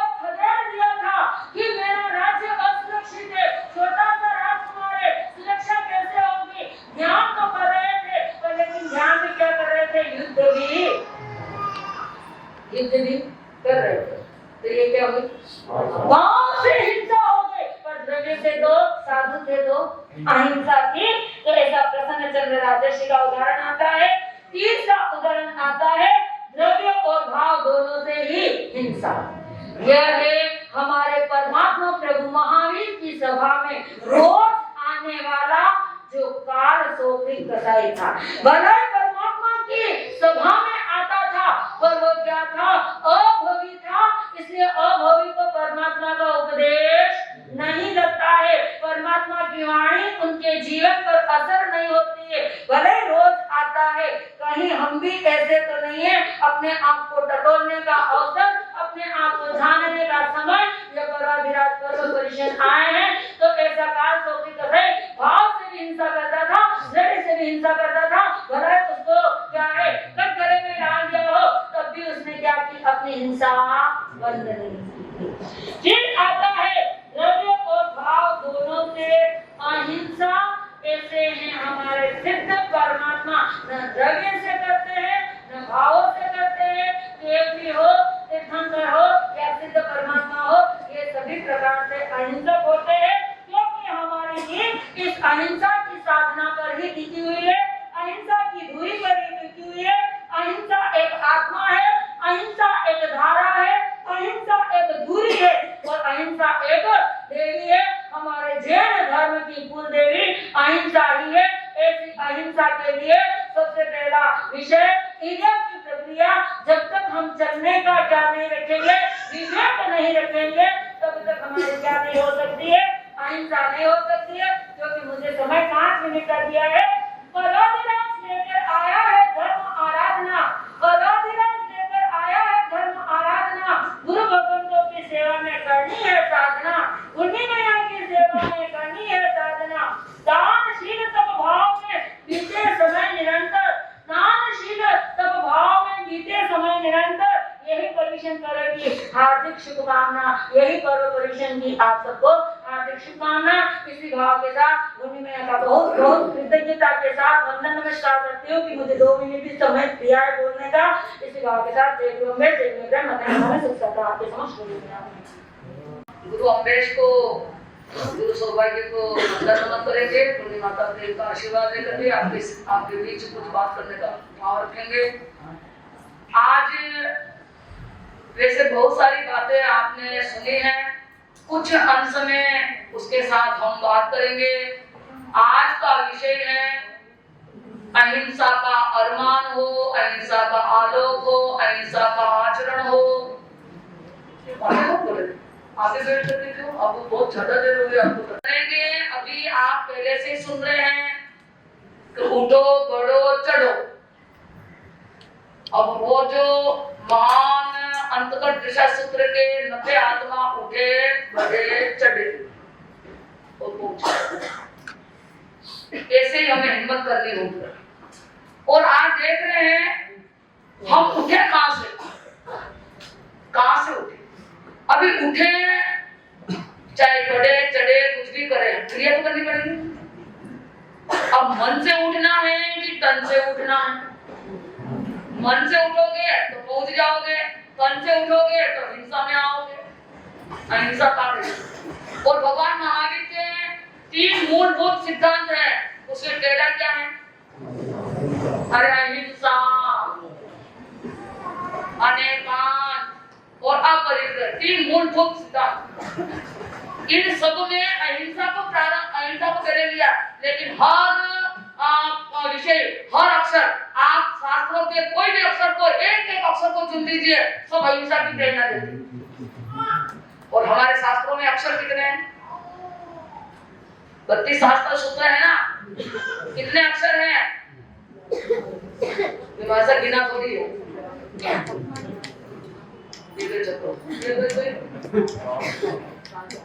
हाँ मेरी सी हो गए, देख लो 56 क्यों कितने भी शास्त्र को टटोल लीजिए, वो प्राकृत शब्दबद्ध है। हमारी हिंदी किताबों में तो 52 मिलेंगे, पर शास्त्रों में 52 पूरे नहीं मिलेंगे। इसलिए इन अक्षरों का एक अक्षर टटोलिए, शास्त्रों के हर अक्षर अहिंसा की आत्मा है। हर अक्षर अहिंसा का आचरण सिखाता है, हर अक्षर अहिंसा का पाठ पढ़ाता है। और भगवान ने अहिंसा का पाठ पढ़ाया और हमने हिंसा का ठाट लगा रहे नहीं लगा रहे। हर कर्तव्य में हिंसा, हर कर्तव्य में हिंसा, उठना बैठना चलना बोलना खाना पीना, हर कार्य में बोलो हिंसा हो रही है, क्या हिंसा हो रही है? अब कैसे तो 8 दिन थोड़ी ना चलेगा। 8 दिन की बात हम करते हैं, पहले और बाद में क्या होने वाला है उसके लिए हम जिम्मेदार नहीं है। हम तो 8 दिन के इस महान पर्व परीक्षण की आराधना में जब हमने कुछ करने की हिम्मत रखी है, कुछ करने की क्षमता रखी है, तो अब करना तो कुछ होगा। इसके लिए आप समझ लीजिए कि हमने जो भी बात करी ना, उठने पढ़ने चलने की हिम्मत साहस किया है, तो उसमें अहिंसा कैसे है। 10वें कालिक सूत्र बहुत ही हमारा आत्मीय संदेश देने वाला है। उसमें 4थे अध्याय में जब एक बात किसी ने पूछी थी, पूछने वाला कोई प्राश्निक था, भगवान ने क्या फरमाया और पूछने वाले ने क्या पूछा, पावो कम्मम न बंधे, पाप कर्म का बंधन न हो, ऐसा मुझे क्या करना चाहिए भगवान? आप सब सुन रहे हैं मेरी बात? ऐसा मैं कैसे बच सकता हूँ, किससे? संसार में भी रहूं और पाप बंधनों से भी बचूं। खाना पीना बैठना उठना हर क्रिया होगी कि नहीं? तो अब मैं हिंसा से कैसे बचूं, पाप कर्म से कैसे बचूं? साधक पुरुष भी बचने का भाव रखता है लेकिन बच नहीं पाता है। साधक पुरुष जानते हैं ना, साधु कोई भी क्रिया करता है, भाव उसका अच्छा है लेकिन हर प्रकार से वो बच नहीं पाता है। ये तो अभी आप उदाहरण दो सुन ही रहे हैं, इसके विषय में तो कितनी बातें करें, 8 दिन रात बातें करें, तो भी हमारा ये अहिंसा शब्द का अर्थ प्रकट नहीं हो सकता। लेकिन छोटी मोटी बातें, तो इसलिए हमने देखा है कि पावो कम्मम न बंधे, पाप कर्म का बंधन ना हो, उसके लिए भगवान क्या करना चाहिए? बोलो, आपने कभी सुना कि क्या करना चाहिए उसके लिए? कभी बोले जयम चरे जयम चिट्ठे जयम मासे जयम सरे जयम पूजतो भासंतो पावकम न बंधे। आपने नहीं आगे गई क्या बोल रहा? जयम चरे जयम चिट्ठे जयम मासे जयम सरे जयम भुजंतो भासंतो पावकम न बंधे। कितने अच्छे बात। अब इसके विवेचन के लिए तो बहुत चाहिए, लेकिन फिर भी संक्षिप्त में कह देते हैं। जयम का मतलब यत्ना, बस यत्ना ही अहिंसा है। पर यत्ना से क्या करना है? हर शारीरिक क्रिया यत्ना से करो और मन से सीधे और सरल करो। हर शारीरिक क्रिया यत्ना से करो, मन से सीधे और सरल बनो, बस यही अहिंसा की आत्मा है। तो सबसे पहली क्रिया कौन सी है? जयम चरे। जयम का मतलब यत्ना से, चरे जानते? चरे चलो, एक कदम उठाने से पहले वो कदम कहाँ रखना है पहले देखो। समझ में आ रहा? पहले क्रिया कौन सी है? क्योंकि चलेगी ना तो पहुंचोगे नहीं ना। उठो बढ़ो, पर क्रिया भगवान ने पहली क्रिया कौन सी दी है? देखो, अपन तो हमारे पशु जो होते हैं ना, जितने पशु देखे आपने, वो पशु जन्म लेते ही बोलो बोलो बोलो दौड़ते, और आप जन्म लेते ही 15 दिन दौड़े हो। जन्म लेने के बाद में पहली क्रिया कौन सी रही आपके साथ? लेकिन भगवान ने कहा सोते रहने से काम नहीं चलेगा। हरे उठो बढ़ो चलो पहुंचो जल्दी करो। इसलिए सोने का उपदेश भगवान ने नहीं दिया, भगवान ने तो जागने का उपदेश। जागो, जागते रहो। जागरण नरम नित्यम है, मनुष्य जागता है। नरा का हो, नरा का मतलब मनुष्य। हे मनुष्य तो जागता रहो। कहां से उठा मनुष्य? कहां से उठा? अरे मनुष्य गति से उठा मनुष्य। न दिव्यांश, न देवता, न नारकी, ये उठने की हिम्मत भी नहीं कर सकते हैं। न उठे तो पहुंचे, चले नहीं चले तो पहुंचेंगे, इनका तो कुछ बात ही नहीं। लेकिन मनुष्य ही एक महान शक्ति है जो उठ भी सकता है, चल भी सकता है, चढ़ भी सकता है और पहुंच भी। लेकिन यदि आया तो सब बताया ना, तो आप सीधे कहां से उठे? मनुष्य गति से। 2500 बोल क्या कह रहा है? चारित्र बात। अरे तू उठा है तो जल्दी से उठ और बाकी बैठे तो चारित्र में बैठ, तू अपन पहुंच जाएगा। उठना गति से, बैठना चारित्र में। अंतिम और पहले बीच में क्या करना है वो आप समझ ले। तो इस तरह से आपको देखना है। सबसे पहली क्रिया चलने की हो रही है। यत्ना से चलो और चलना प्रारंभ करो। पहले दिशा को देखो, कौन सी दिशा में चलने से मेरा लक्ष्य पूरा हो रहा है, कौन सी दिशा में चलने से मेरे को मंजिल जल्दी प्राप्त होगी। मंजिल दिखती है तो रास्ता नहीं देखना है, और रास्ता मंजिल नहीं दिखती है तो पहले क्या देखना है? पहले रास्ता देखो कि वो मंजिल किधर, कौन से रास्ते से मिलने वाली है। तो आपको रास्ता तय हो गया, कौन सा रास्ता आपको वो पहले निश्चित करना है और फिर चलने की क्रिया। तो पहला दिन चलने का है क्रिया। और आप देखिए तो दीक्षा लेने वाला, ये सब दीक्षा की बातें हो, आप इच्छा हो तो आप ही ले लीजिए। पर मुख्य जन्म, इस जन्म में एक बार लीजिए, 2 बार नहीं, 1 बार कद मरने के पहले हो, मरवा के बाद में क्या होता? अगर मरवा के बाद में करोगे मानो होवे नहीं होवे, लेकिन जिंदे जी करोगे तो अगले गांव में और होगा, अच्छा हो। इसलिए एक बार, क्योंकि सब 18 नीति तो आपने भी लेनी चाहिए ना। 18 महापुरुष दीक्षा लेने कटे गया, आपने भी तो लेना चाहिए। तो आपने भी नीचे रोज भाव बनाओ बनाओ बनाओ अंतिम मरने के पहले। क्योंकि 3 मनोरथ में तीसरा मनोरथ कौन सा है? हाँ, दूसरा कौन सा है? दूसरा कौन सा है?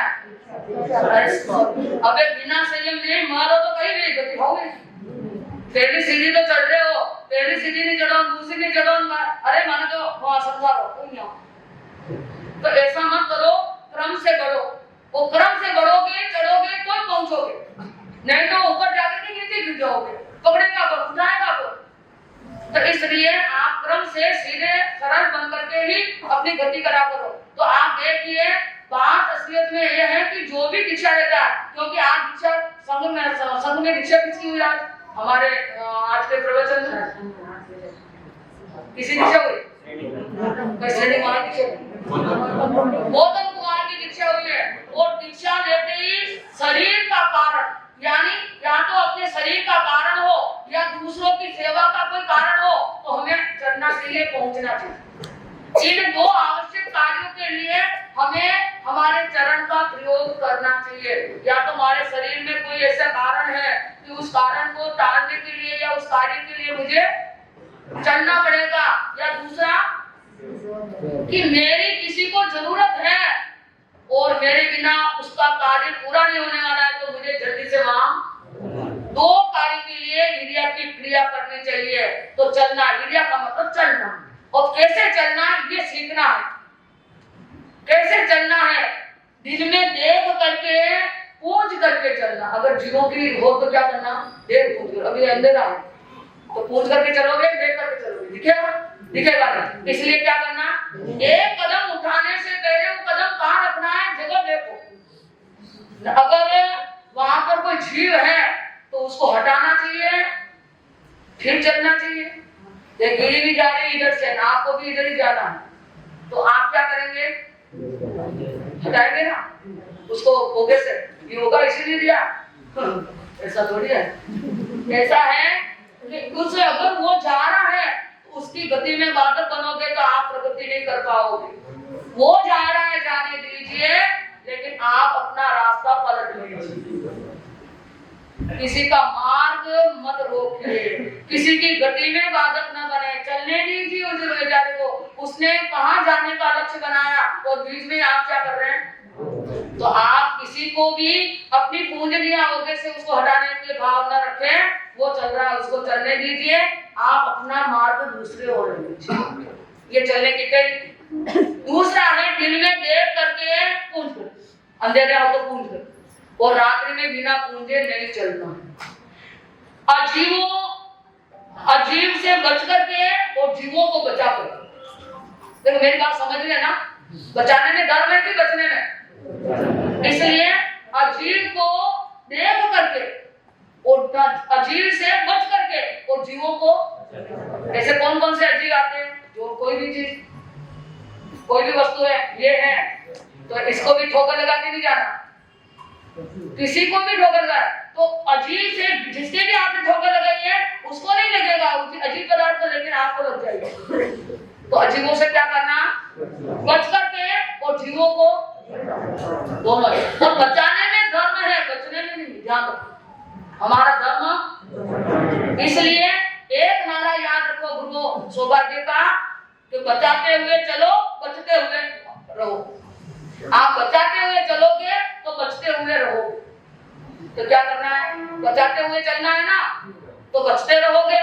अगर आपने किसी को आज नहीं बचाया तो उसका वो बहादुर वापिस मर करके आपका स्वामी बन करके आपको मारेगा। समझ में आ रहा ना? तो इस तरह से चलने की क्रिया आपकी इतनी शुद्ध होनी चाहिए। बहुत सारी चलने की क्रिया के बहुत सारे कारण हैं, उन कारणों को जानना है। और 10:30 से ऊपर क्या हो गया तो हम ज्यादा बात कैसे कर सकते हैं? समय भी उतने लिए समझे, और संघ के साथ ही चलना है। वो संघ के भी कार्यक्रम देते हैं और आपको इतना समय भी नहीं है कि इतना हम समय दे सकते हैं। प्रशिक्षण में विशेष करके 11 साढ़े 11 बजे तक प्रतिष्ठान क्या रखो, बंद रखो। हम हमारा अरमान, क्योंकि मुझे पता है संवत्सर के बाद में शायद आना जाना होगे नहीं होगे, तो हमारा सारा आहार, पूरे चातुर्मास का आहार हमें कहाँ निकालना होगा? परिषद में निकालना होगा। और वो आपको अपना पेट भरना होगा। जो हम निकाले उसको आपको सुनना होगा। तो समय तो दोगे तभी तो बात कर पाएंगे ना। तो अब मुझे विशेष बोलना नहीं है, लेकिन पहली क्रिया आपकी शुद्ध होगी। देखो पहले चलोगे, चलते चलते थक गए तो दूसरी क्रिया क्या होगी? खड़े रहो एक तरफ आराम से। खड़े खड़े भी थक गए तो आराम से एक तरफ बिछा करके सावधानी से बैठो, किसी को परेशानी हो। और बैठा भी नहीं जा रहा है तो फिर क्या करो? आराम से सोना है तो वो भी यत्ना। तो सबके साथ में क्या जुड़ी हुई है? कितनी अच्छी चीज है। मुझे इसके ऊपर विशेष बोलना था, लेकिन समय नहीं है। इसका विषय अभी अधूरा है। हम आगे से जैसे बढ़ेंगे, वैसे आगे जैसा चाहेंगे वैसा सुनेंगे समझेंगे। लेकिन परिवेशन में कुछ बातें आपको जाननी है, सुननी है, समझनी है। आज का पचखान विशेष रूप से 8 दिन का पचखान, होटलों में पानी कोई नहीं पिएगा और होटल में भोजन नहीं करेगा। बाहर की कोई चीज आज 8 दिन में काम नहीं लेगा। जो भी उपवास करेगा, तपस्या करेगा, वो तो धन्य है ही है, लेकिन जो नहीं करेगा इतने पचखान त्याग में रहेगा। ठीक है ना? ये तो करा सकते हैं हम अब तो। और मेरे प्यारे भाइयों, मुझे बहुत आपकी व्यवस्था में मेरा समय पूरा हो जाता है। क्या भगवान की बात करूं, क्या जिन शासन की बात करूं, क्या गुरु की परंपरा की बात करूं, और क्या मेरी बात करूं, और क्या मैं आपकी बात करूं। सारी बातें तो आपके लिए हो रही है, क्योंकि व्यवस्था ही नहीं है, यानी अनुशासन ही नहीं है। तो हम पीछे वाले हमारे भाइयों से कहेंगे कि जरा आप सामयिक नहीं कर पाए तो कोई बात नहीं, संवर्ग का लाभ तो ले ले।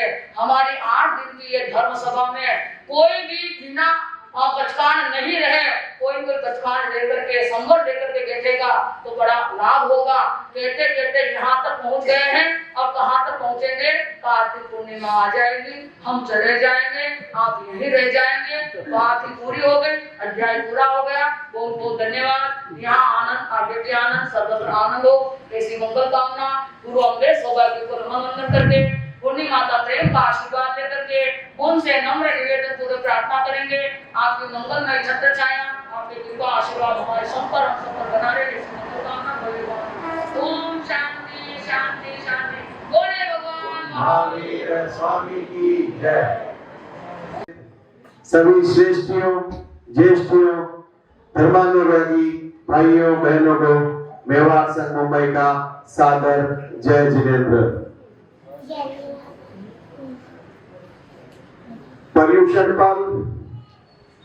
पर्व का महाराजा पर्वाधिराज पर्युषण पर्व का शुभारंभ आज प्रातः 8 बजे से हमारे प्रथम द्वितीय तल पर व प्रथम तल पर जो जाप के जो कलश रखे गए हैं, कलश की स्थापना की शुरुआत से हमारा दिन आज से चालू हुआ है।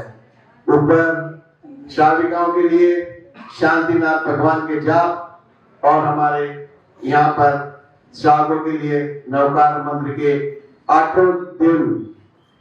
दिवस 24 घंटे के जाप शुरू कर दिए गए हैं।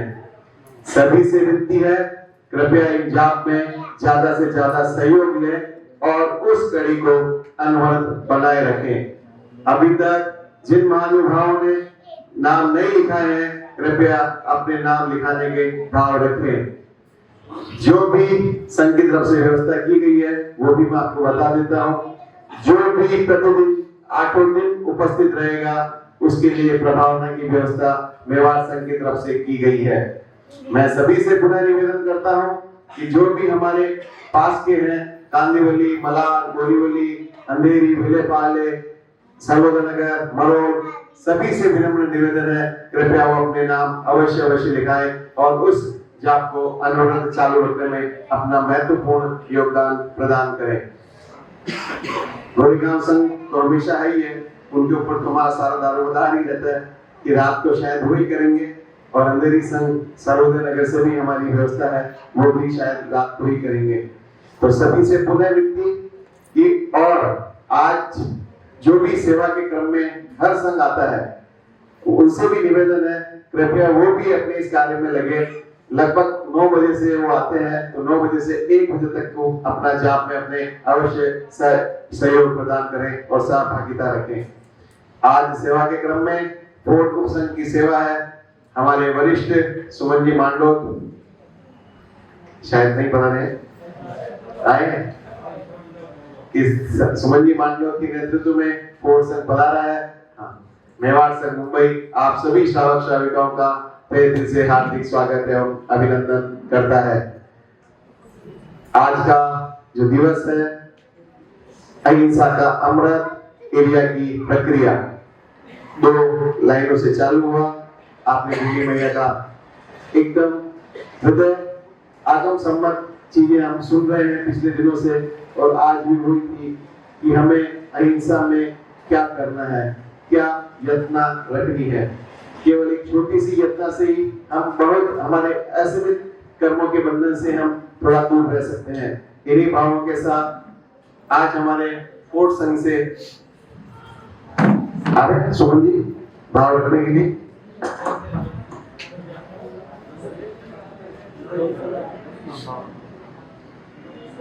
हमेशा की तरह नवाजी साहब सुराना पधारे और अपने भाव प्रकट। सुधर्मा पाठ पर विराजित मां सतीथियों के चरणों में कोटि से वंदन। धर्म सभा में विराजित मेरे सभी सहधर्मी भाइयों, युवा साथियों, मातृशक्ति, आज पर्युषण पर्व का बड़ा दिन, प्रथम दिन, और वास्तव में फोर्ट संघ भाग्यशाली है। प्रथम दिन की सेवा के लिए हम सभी पुरुष और महिला आपकी सेवा में उपस्थित हैं। माँ सती जी, आज का दिन मेरे दिमाग में बैठे बैठे विचार आ रहा था कि मेवाड़ संघ की स्थापना भी फोर्ट संघ से ही शुरू हुई। ये जानकर भी मेरे मन में खुशी हुई। आज वर्षों बाद गुरुदेव की बनाई हुई व्यवस्था में फोर्ट संघ को ये मौका मिला कि प्रदूषण पर्व पर जो प्रथम दिवस है उसकी सेवा का लाभ भी फोर्ट श्री संघ को मिला। और हम इतनी बारिश, मूसलाधार बारिश होते हुए भी जो हमारे फोर्ट संघ से सभी लोग करीब 15, 20, 25 जो भी आए हैं, सबकी तरफ से आपको वंदना करता हूँ। और जो कुछ हमारी त्रुटि रही उसके लिए क्षमा प्रार्थी है। जय जिनेन्द्र, जय महावीर। नगरी का रहने वाला हूँ। मेरे पिता का नाम अदक ब्रजनी है व माता का नाम धारिणी का पुत्र हूँ मैं। मेरा नाम गौतम कुमार है। मेरा विवाह 8 राजकन्याओं से हुआ। मेरे पिताजी हमारे लिए 8 विशाल प्रसादों यानी महलों का निर्माण करवाया, जहाँ पर हम सुखपूर्वक जीवन यापन कर रहे थे। उसी समय अवधि में अरिष्ट देवी द्वारका नगरी में नंदनवन में पधारना हुआ। प्रभु की वाणी सुनकर मुझे वैराग्य आया एवं माता पिता की आज्ञा पाकर दीक्षा अंगीकार की। प्रभु के चरणों में रहकर अल्प समय में मैं ही 11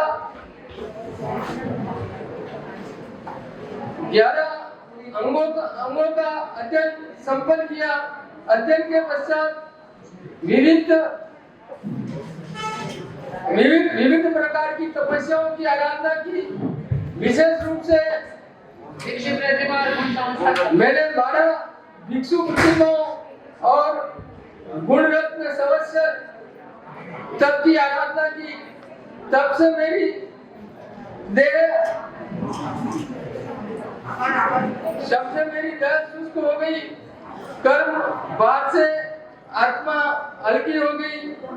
तब आराधनाओं में अपनी देह को बाधा स्वरूप जानकर मैंने अष्टमी के साथ शत्रुंजय पर्वत पर आरोहण कर अंतिम साधना में स्वयं को समर्पित किया। 1 मास का संतान कर अष्टदश कर्म रोगी को वशीभूत कर निर्वाण को प्राप्त हुआ। कुल 12 वर्षों तक चरित्र का पालन कर मोक्ष प्राप्त किया। मेरे सम्मान ही समुद्र सागर आदि शेष मेरे भाई का वर्णन समझे। पहला गौतम कुमार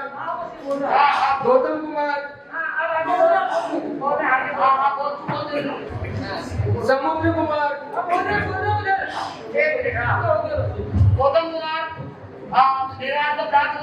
उसी तरह से बोलो। मेरा परिचय भी वैसा ही है।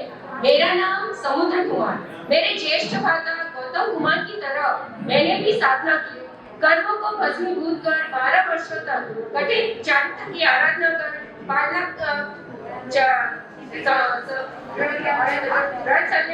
संधारा के साथ शत्रुंजय पर्वत पर मोक्ष में गया।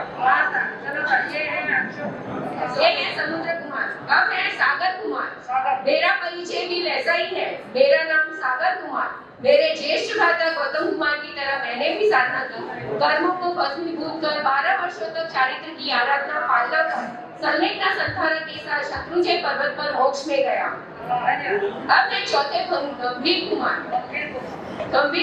मेरा परिचय भी वैसा ही है। मेरा नाम गंभीर कुमार। मेरे ज्येष्ठ भ्राता गौतम कुमार की तरह मैंने भी साधना की। कर्मों को भस्मीभूत कर 12 वर्षों तक चारित्र की आराधना पालना कर संलिग्न संसार के साथ शत्रुंजय पर्वत पर मोक्ष में गया। पांचवे हैं तनिक कुमार। मेरा परिचय भी वैसा ही है। मेरा नाम तनिक कुमार। मेरे ज्येष्ठ भ्राता गौतम कुमार की तरह मैंने भी साधना की। कर्मों को भस्मीभूत कर 12 वर्षों तक चारित्र की आराधना पालना कर संलिग्न संसार के साथ शत्रुंजय पर्वत पर मोक्ष में गया। छठे हैं अचल कुमार। मेरा परिचय भी वैसा ही है। मेरा नाम अचल कुमार। मेरे ज्येष्ठ भ्राता गौतम कुमार की तरह मैंने भी साधना की। कर्मों को भस्मीभूत कर 12 वर्षों तक चारित्र की आराधना पालना कर संलिग्न संसार के साथ शत्रुंजय पर्वत पर मोक्ष में गया। अब है सातवें कांपिल्य कुमार। कांपिल्य कुमार। मेरा परिचय भी वैसा ही है। मेरा नाम कांपिल्य कुमार। मेरे ज्येष्ठ भ्राता गौतम कुमार की तरह मैंने भी साधना की। कर्मों को भस्मीभूत कर 12 वर्षों तक चारित्र की आराधना पालना कर संलिग्न संसार के साथ शत्रुंजय पर्वत पर मोक्ष में गया। आठवें हैं अक्षोक कुमार। मेरा परिचय भी वैसा ही है। मेरा नाम अक्षोक कुमार। मेरे ज्येष्ठ भ्राता गौतम कुमार की तरह मैंने भी साधना की। कर्मों को भस्मीभूत कर 12 वर्षों तक चारित्र की आराधना पालना कर संलिग्न संसार के साथ शत्रुंजय पर्वत पर मोक्ष में गया। नौवें हैं प्रसेनजित कुमार। मेरा परिचय भी वैसा ही है। मेरा नाम प्रसेनजित कुमार। मेरे ज्येष्ठ भ्राता गौतम कुमार की तरह मैंने भी साधना की। कर्मों को भस्मीभूत कर 12 वर्षों तक चारित्र की आराधना पालना कर संलिग्न संसार के साथ शत्रुंजय पर्वत पर मोक्ष में गया। अंतिम है 10वें विष्णु कुमार। मेरा परिचय भी वैसा ही है। मेरा नाम विष्णु कुमार। मेरे ज्येष्ठ भ्राता गौतम कुमार की तरह मैंने भी साधना की। कर्मों को भस्मीभूत कर 12 वर्षों तक चारित्र की आराधना पालना कर संलिग्न संसार के साथ शत्रुंजय पर्वत पर मोक्ष में गया। इस तरह से ये 10 आत्माएं थी जो मोक्ष में पधार गई। पहले दिन में 10 आत्माएं मोक्ष में गई हैं, तो क्रमशः जो भी संघ आएगा वो तैयारी विशेष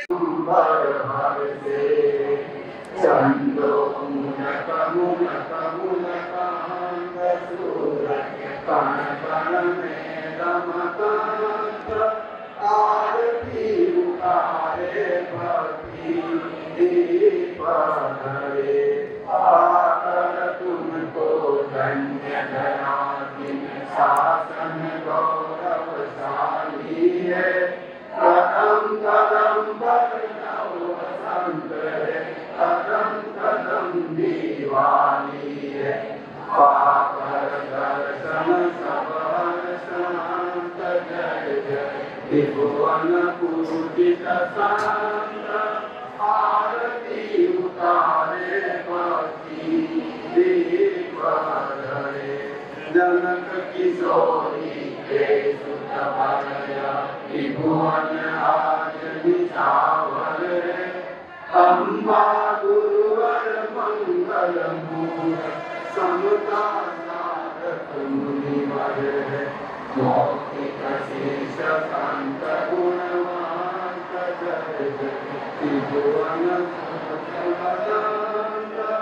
आरती उतारे भक्ति दीप धरे। नगर की पुण्य दया पर पावन धाम महान है। स्वर्ग सिधारे जहाँ पर लाखों भक्तों के भगवान है। सेवा करते सुर नर मान, मिटते जन्म जन्म के द्वंद। आरती उतारे पति दीप धरे, कीर्ति कंगना धारण करती। दसो दिशाए हर्षित है, भक्त भगत गुरु कीर्तन विरचित। यश चरणों में कुंजित है, पति भगवान गीत कुमुदानंद। जय जय जय आनंद कंद। आरती उतारे पति दीप धरे, जय जय दीन शासन शासन। जय जय प्यारा देखा